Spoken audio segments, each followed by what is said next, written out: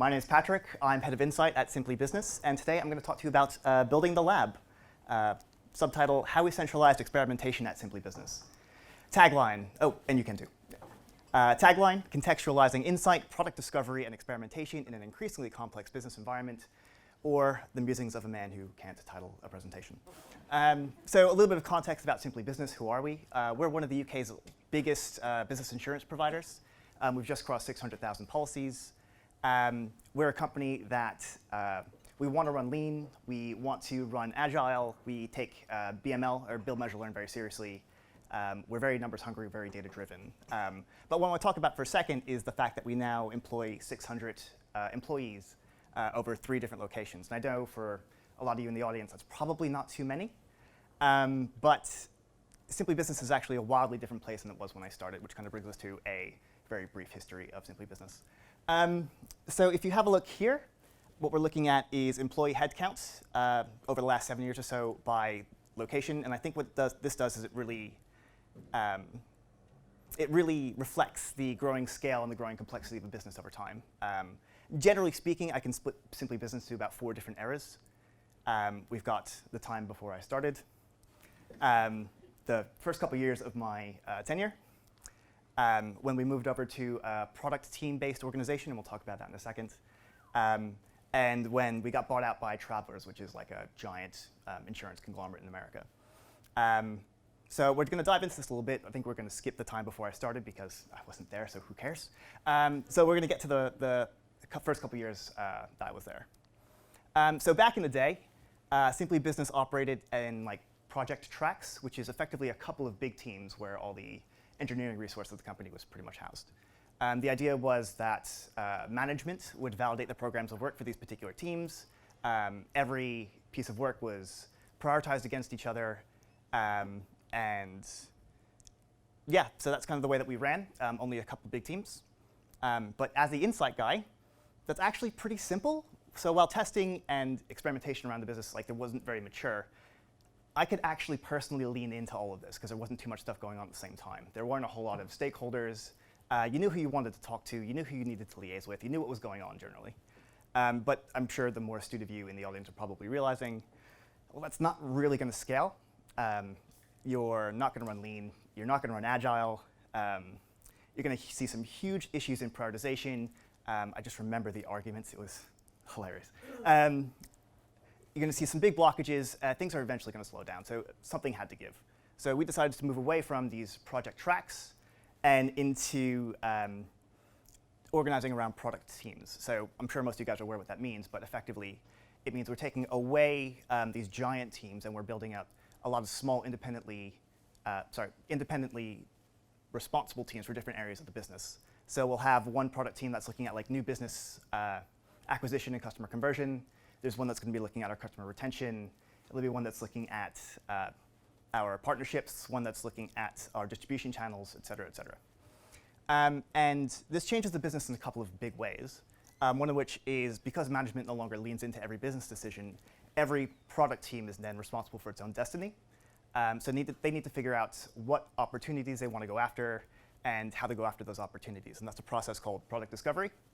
And testing and experimentation becomes a massive part of doing that right. And then every team has the autonomous capability of going after those opportunities and figuring out how to do that. So there's no more fighting over engineering resource. So whereas before, we would come up with an opportunity, get that validated by management, that would get sent, so stupid, get sent through the track for delivery. We would test it, and if it didn't work, we would scrap it. And if it did work, then we would ship it. And even if there was a couple things, so dumb, this is why my presentations go long. So even if there's a couple things happening at the same time, you could generally keep track of what was happening. But in the new world, you have a lot of different product teams, all of which are doing their own discovery. They're all testing their own things. They're all making changes to the website or changes to the customer journey, and it's all happening at the same time. So you can imagine, as the guy who's responsible for making sure that the business is making good data-driven decisions, this becomes a little bit challenging. So suddenly you've got way more decision makers than you have insight capability to support that. You lose a lot of visibility as to what's happening. So you'll have product teams that are rolling out features that aren't properly tested, and if they had been, they might not have rolled it out. you've got a lot of product teams that aren't experimentation experts. I don't know how many of you have tried to explain what statistical significance means to a product manager. It's not always easy, and that's fine because that's not their job. But it does mean that they need help and they need support. And you see a loss of institutional knowledge. So as you get more and more people into the business, they lose sight of the things that you've actually tried before. So they might go down a line of product discovery that we tried 6 months ago or tried 12 months ago and it didn't work. And we're only getting more and more ambitious. As you can see, we saw a massive scale up after Travelers bought us. This is the London office, by the way. And then US shows up, Jesus. So we're only getting more and more complex. So what's the pitch? What if we had a way to bring together stakeholders from across the business to make sure that our tests and experiments are doing build, measure, learn right? And for the sake of it, what if we call it the lab because that's where all the experiments are happening? It's all very clever. So taking a step back as the insight guy, what do I care? What skin do I have in the game? Why do I want to make sure that Simply Business does experimentation right? Because supporting experimentation is a natural fit for insight analysts. We want to get into the data. We want to understand what's happening. We want to understand the impact. We want to see where the opportunities are. We want to make a business change, and we want to do that with the people who are actually making decisions. And quite selfishly, because testing and experimentation becomes so important in product discovery, if we get this right, we can really look like rock stars. We create an audit trail of value. So one of the interesting challenges that you have as a purely support function like Insight is that it's really difficult to enumerate how much value you're bringing to the business. And a lot of the work and a lot of the value that happens in product discovery happens in conversations, it happens in meetings between your product manager, it happens in prioritization, it happens in ad hoc conversations, it happens in all these little ways that don't necessarily see the light of day. So if we had one way that we can point to this place where we're saying, well, we helped to design and deliver X number of tests, we delivered Y amount of bottom line revenue, and we averted this much risk because we didn't roll out tests that weren't performing. Suddenly you can put a number against how valuable you are to the business, and that's really, really powerful. It gives us the opportunity to work with other teams of the business that we may not have done so before. So suddenly finance wants to start working with you because they want to understand how the impact of an A/B test is going to affect their financial projections for the next year. And that's like a cool project. I want to work on that. And I want to work with our UX team, and I want to work with our customer research team, and this gives us the opportunity to do so.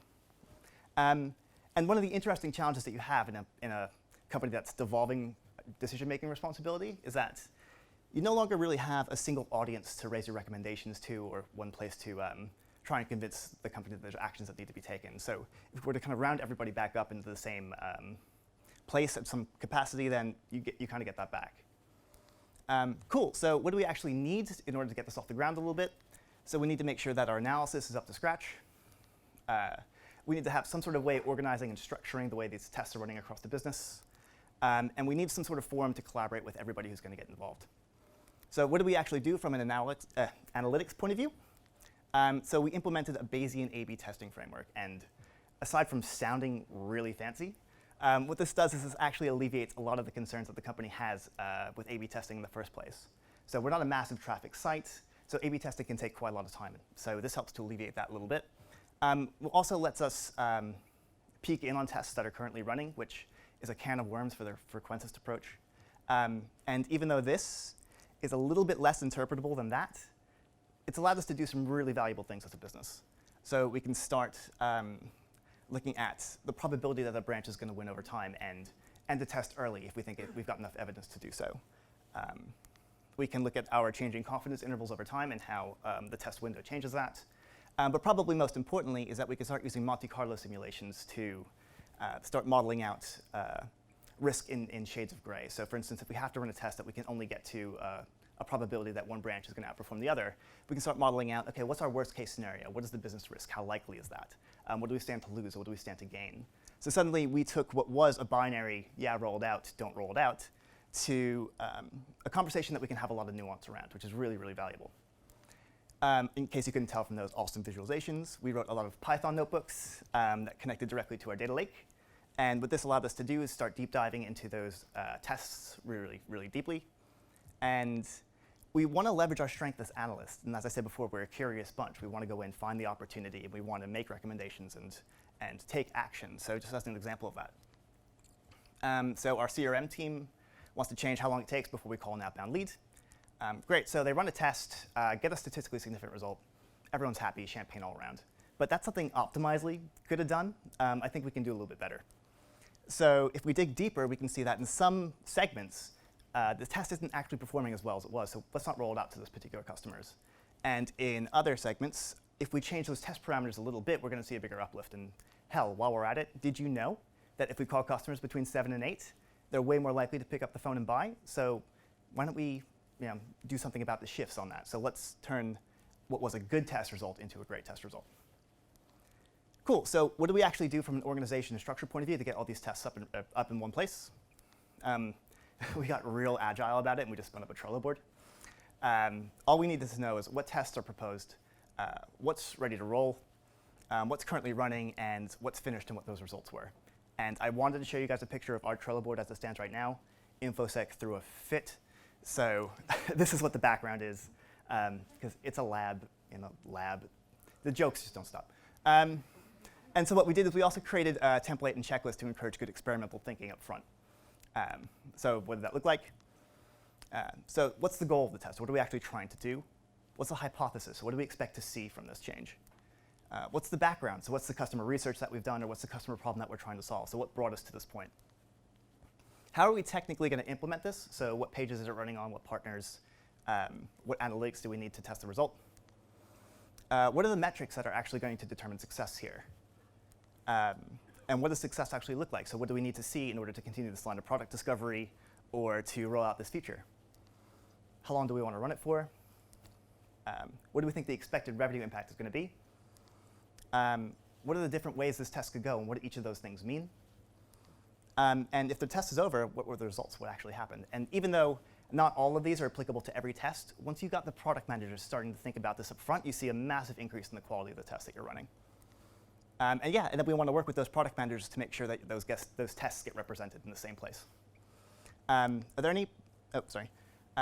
So then we want to kind of create some sort of forum to actually discuss all the things that are running. So quite simply, we just contacted those product managers we want to get involved. We were working with them in some capacity anyway. We said we're spinning up this testing center. We want to get you involved. We made an announcement to the company. I think we did like an email blast and like a 10-minute town hall presentation to make our intentions known. And really, this is where the forum actually happened. So we started a bi-weekly stakeholder meeting. And this is where everyone can actually get together and talk about all the tests that are running, talk about best practice, talk about the challenges that you've had, the interesting things that you've learned. This is where the cross-pollination of ideas really happens. And we set up a Slack channel. I think, Bob, you could probably help with that. So are there any PMs in the audience? I'm sure you guys are already thinking about this and saying, Christ, this seems really admin heavy. I don't have an hour every 2 weeks to spare, which is completely fair. So you're asking kind of, what do you get out of it? So what we want to be able to tell you is that we want you to get the most out of your experiments all the way from design to when it ends. So for example, our new insurance product team wants to test the appetite for a product that we don't currently serve. So their idea, okay, well, let's throw out a quick online survey. We'll gauge interest, which is, as a test, it's fine. It's cheap. It's quick. It gives us some indication that we're on the right path. But with a little bit of ideation and a little bit of brainstorming, we can do a little bit better. So for only a little bit more work, we can hack together a customer journey for this product that doesn't exist and throw a real PPC campaign behind it, which means that suddenly we're tracking way more information. It makes this test significantly richer. So we know what product these customers are actually trying to buy. We know how many customers are actually going to try it. What's the conversion rate going to be? What is our initial ROI on that first year? And this means we can start modeling out what those scenarios are for the test. So what if we don't get the volume of customers that we expected to see? What if we can't hit our ROI? How much is that marketing really going to cost us? And then we can start thinking about what do these scenarios mean for that line of product discovery? So which one of these are going to be deal breakers? Which one of these are going to challenge some of the assumptions that we had about that product? And which one of these might be errors in execution that we can mitigate when we actually launch that product? Cool. So we want to give those PMs statistical confidence that they're hitting their OKRs. It makes it easier to sell their story to stakeholders. So if you have a look at the template that we created, if you think about it, and if you do this well, this is really just a snapshot of what the product discovery process is up until the point that you've launched the test. So what are we doing? Why are we doing it? How do we implement it? And how did it perform? So this becomes really, really valuable to those product managers who are trying to tell their heads of product that they're doing a lot of awesome stuff. We can tell them, we can deep dive into those results. So think about that outbound lead example. And we want to make sure that there are tests that aren't in the pipeline that are going to be interfering with yours. And as we spin up more and more product teams, we're seeing an increasingly crowded space. This is becoming a bigger concern. And you want some awareness of what other teams' tests are doing to your bottom line. So, for example, our high-value product team believe that customers in that segment don't trust our in-house insurance brands. So we want to run a test. We're going to change some marketing around that. We're going to say, actually, all of our in-house insurance brands are underwritten by Hiscox anyway. Everything's fine. So they roll out the test. We're going to measure some results, and nothing in that segment. But for our regular customers, this was actually a massive success. We didn't see this coming. So if we didn't have that cross-visibility, what we'd actually see is one product manager who thinks that test was an abject failure and rolls it back, and another product manager who sees a bump in their bottom line and can't explain it. So we took what was this quagmire and actually turned it into a bit of a success story. Cool, so you convinced the PMs that they want to get involved. You convinced yourself that it's a good idea. You kind of know what you want to do. How do you convince your boss this is a good idea? We've seen that actually having this living objective record of what those product teams are testing and producing has itself become really, really precious. We're seeing that our COO, our CEO, our director of data, our director of product are constantly dipping into the Trello board or dipping into those lab meetings to see what is our company at the end of the day actually delivering? What are they trying to do? Or do we trust our direction of travel? Or is everything going well? What are we actually producing? And having that objective record, especially as you spin up more and more product teams and more things are happening at the same time, this in itself becomes a strategic capability. We can start saving time and money, but not relearning the same lessons over and over across different product teams. So for instance, we had a test in the UK where we collected the contact details for our customers. Cool, it's a great test. So we reduced that page drop off by 30%, but everybody who we gained on that one page, we eventually lost anyway down the funnel when we had to ask them eventually. So that's a really great learning, actually. We can take that to the bank. But it was less valuable when the US had the same idea, and they ran the same test, and they got the same result. So they spent 3 engineering Js trying to implement it. They ran the test for 3 weeks, and the only thing that we learned was they should probably be part of the process. Obviously, you want your strategy to have an experimentally validated bottom line impact. This is way more valuable than a product manager sticking their finger in the air. And good tests avoid stupid costs. This is the last example I promise. So we had a product team that wanted to implement PayPal as an option. We saw a gap in our mobile conversion rate. And customer research says that, generally speaking, customers don't like taking out their credit card and buying on their phone. So PayPal seems like a win. Let's just implement it. Well, before we go in guns blazing, why don't we put a button on the web page that indicates that we have PayPal available as an option, and we'll just see who interacts with it in a live environment. And at the end of the day, nobody did. And those people who did want to, they were happy to complete their transaction anyway through traditional means. So at the end of the day, what do we save? Hundreds of thousands of pounds in development, integration, contractual obligations, licensing fees. PayPal is expensive. So congratulations, you've convinced everybody you've got a great idea. You kind of know how to do it. So if you wanted to, you can kind of start setting up a center of excellence tomorrow. And if you decide to, here's a couple of things that I learned so you don't have to. Not every test is an A/B test. We talked about false door tests a couple times in this presentation, but there's concierge tests, there's live data prototypes. If you start thinking like every test is an A/B test, you kind of get locked into an optimization loop where you don't really try anything new. You just try and optimize on the same stuff that you've got.